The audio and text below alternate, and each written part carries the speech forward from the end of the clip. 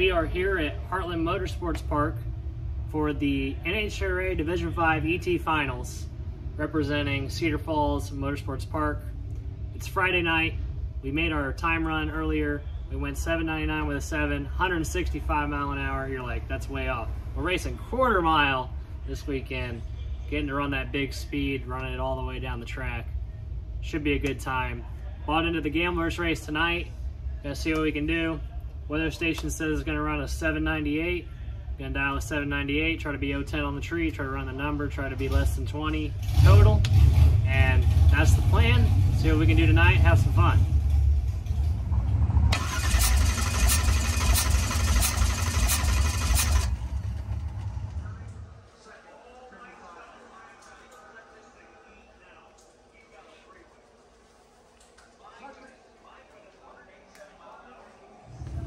What's going on, everybody?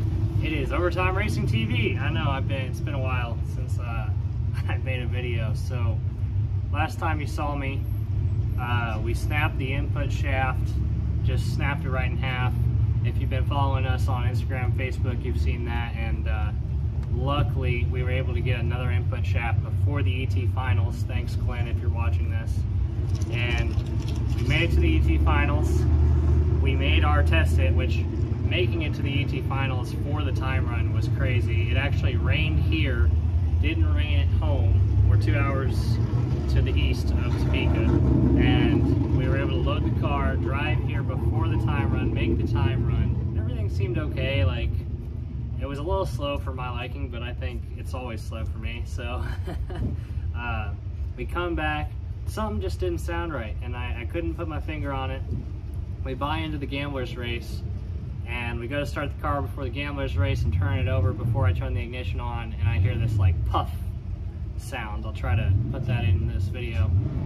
And obviously not good. Ended up being a valve seat, and luckily that's all it was, because when we broke the input shaft on that first to second gear change, the engine shot up to the rev limiter, which was set at 8,000 RPM, because like we didn't really, I mean, I was just like, that's where we set it. That's just how it's always been. But here's a reminder: lower your rev limiters, because this car's never going to go to 8,000 RPM on purpose. So it's now set at 75. So we should be good there if something were to happen. Let's hope. So all the valves touched the pistons. I mean, all of them were bent to some extent. None of them were perfect any longer, basically. So after we found out that all the valves were done, basically, we had to order new valves. We got some new head gaskets to get the valve seat fixed this past Thursday. So it's Saturday. Valve seat got fixed on Thursday. We drove it from Kansas City to where it needed to be done by Tony. Thank you, Tony, if you're watching this. He got it done that night, and we had already finished the other head. It didn't have the valve seat, so it was fine before this, but we only had half an engine. So Tony was able to get it done that night. We got it Friday morning, put the entire engine together on Friday. And by we, I mean my dad did it. I mean, I would not be here without him. I have to thank him. I've been in school. I had midterms last week. I've been struggling, just studying, I mean, for hours on end. Engineering is not easy, guys, trust me. So yeah, we got the car put together last night. It started, and man, it's just crazy to be here right now is an achievement. Haven't even made a run yet. This is just the introduction, but I just want to say thank you to all those people that make it possible. John Garland at Garland Performance also helps a lot. He's been with us the whole time. His name's on the side of the valve cover. So yeah, if you made this possible today, thank you from the bottom of my heart. So we're getting ready to make a pass in the dragster, and let's just talk about today. Today it is 29 mile an hour head crosswind. So like it's not a headwind, it's not a crosswind, it's like in between. So it's going to be a driver's race today, and it's going to be a driver's race. I'm okay with that. I think I'm a good driver. I finally kind of got the stripe figured out that last race before we broke the input shaft. So gonna be a lot of driving the stripe, because you gotta either hold numbers, know you can make it there, or you dial for the wind and you either make it there way too fast or faster than you thought, or you don't make it there. So, I mean, that's kind of the game plan. That's how I see it. Let me know in the comments what you guys think when you got a big headwind, like 30-mile-an-hour headwind. What's your game plan? I mean, you know, that's mine. I'm gonna be holding. Don't tell everybody else that till the end of this video, but it's gonna be a fun day. I'm just happy to be here, and you know, like always, trying to be 010 on the tree. Thanks for watching this video. Appreciate all you guys. Yeah, I've been rambling on for 6 minutes now, and I don't know how much you'll see, but let's get into some racing action.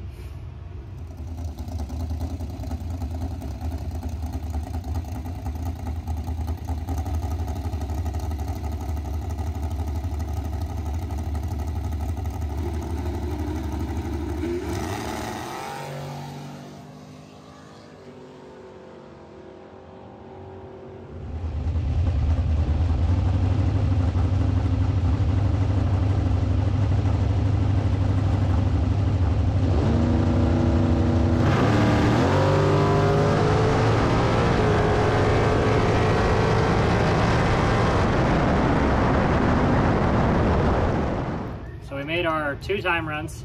I was 029 and 014. Car ran a 515 with a 7 and a 514 with a 1.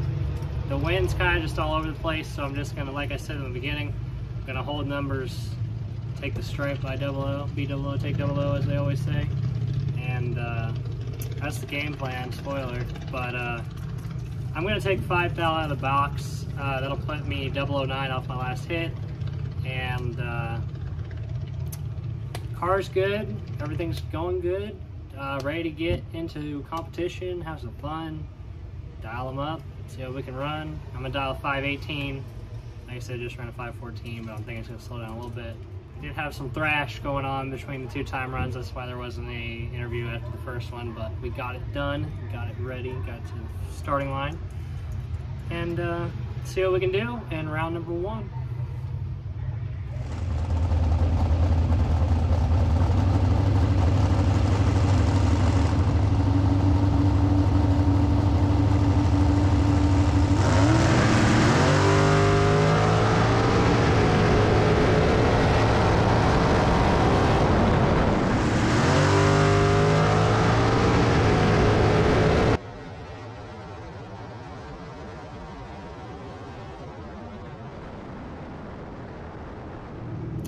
So we got the win in round number 1, going on to round number 2.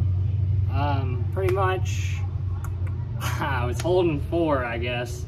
I thought I was holding, but it went what it just ran, basically. So, yeah.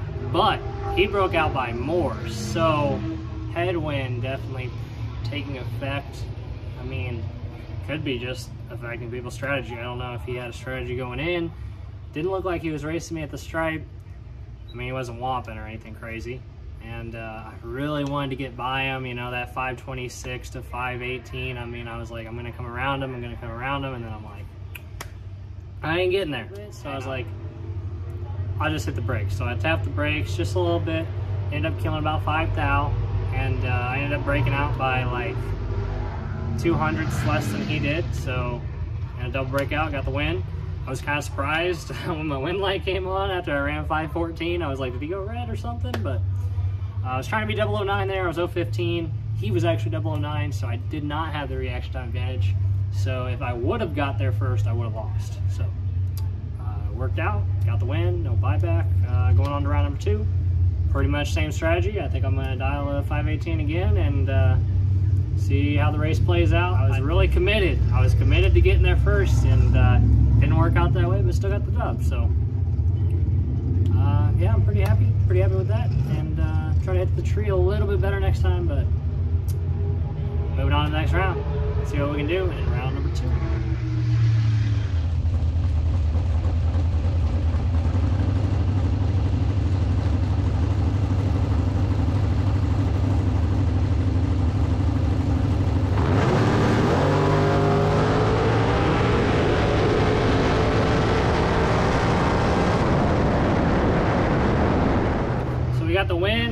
number 2, going on to round number 3. Feels good going in rounds, and he went red. He was 13 red, I was 12 on the tree. I'm still trying to be 009, so 3 thou off. My lights have been good, consistent, good with that. Car's been doing good, consistent. Car went a 14.1, 14.3, and a 14.6. So I kind of feel silly dialing an 18, but we'll see who we got this round. I do think that I have the ability to dial honest. It's been a consistent headwind, so it's hard to say, like, you know, it's variable. So the game plan going in, we got 2 kind of game plans planned out. Either I'm gonna dial an 18 again, holding 4, try to be 00, take 00, or maybe dial like a, I would dial like a 14, 15, just depending on who we're racing. I don't like to race my opponent, but that's kind of the whole game plan when it comes to driving the finish line. And if I can't judge that stripe very well, I'm not gonna hold 4 numbers against them, because it's just gonna make it harder to see the finish line, basically. So, like I said, I don't really have a game plan like set in stone going into this round, but I'm confident in myself and confident in the car, and that's a good feeling. And we're just gonna keep moving on, keep going rounds, see what we can do.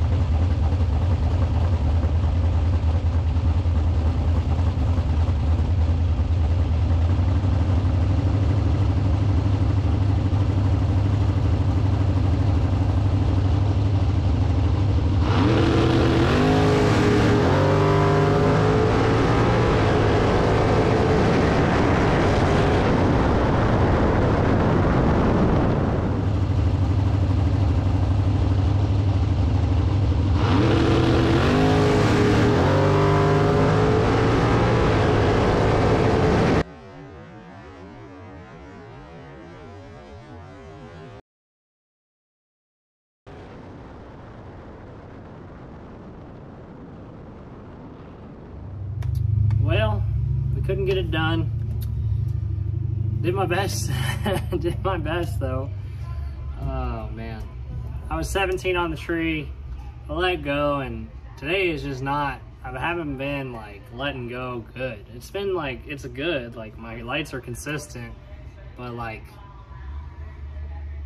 just not the reaction I'm looking for. So if I would have taken 5 out of my box, like it probably would have been a different race, but I didn't want to go red. So that's something I'll have to figure out for next season. Maybe this off season is kind of go back and analyze whether taking delay out is really that big of an effect. The only time that I went red a lot was that Eddyville race, and I bumped down to go red a lot. So I think I got to put more trust in myself.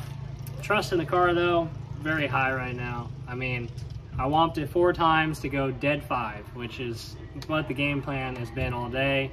I knew I was like not great on the tree, so I'm trying to take 00, get behind 001 at the stripe. So, you know, 001, you can't see that. And he made me look better as far as he dumped at the finish line. So, I mean, I was womping it and not getting there, but I was trying to kill what I was holding. So I did that successfully. Learned a lot that pass, honestly. Just going dead on 5 and losing. That's what happens sometimes. So that is the end of this video. So thanks for watching. I've talked a lot of this video, so if you're still watching, thanks for watching. You know, we'll see what we can do in the off season to get ready for next season. Let me know in the comments what you're doing with a 30-mile-an-hour headwind. Let me know what you want to see this off season from my channel. Let me know what's up, man. I always read the comments, always reply. Love reading comments. Means a lot to me to know that you actually care to watch the video. And you know, like the video if you liked it, and subscribe if you haven't. That means a lot to me. And thanks for watching. Peace and love. See you in the next one.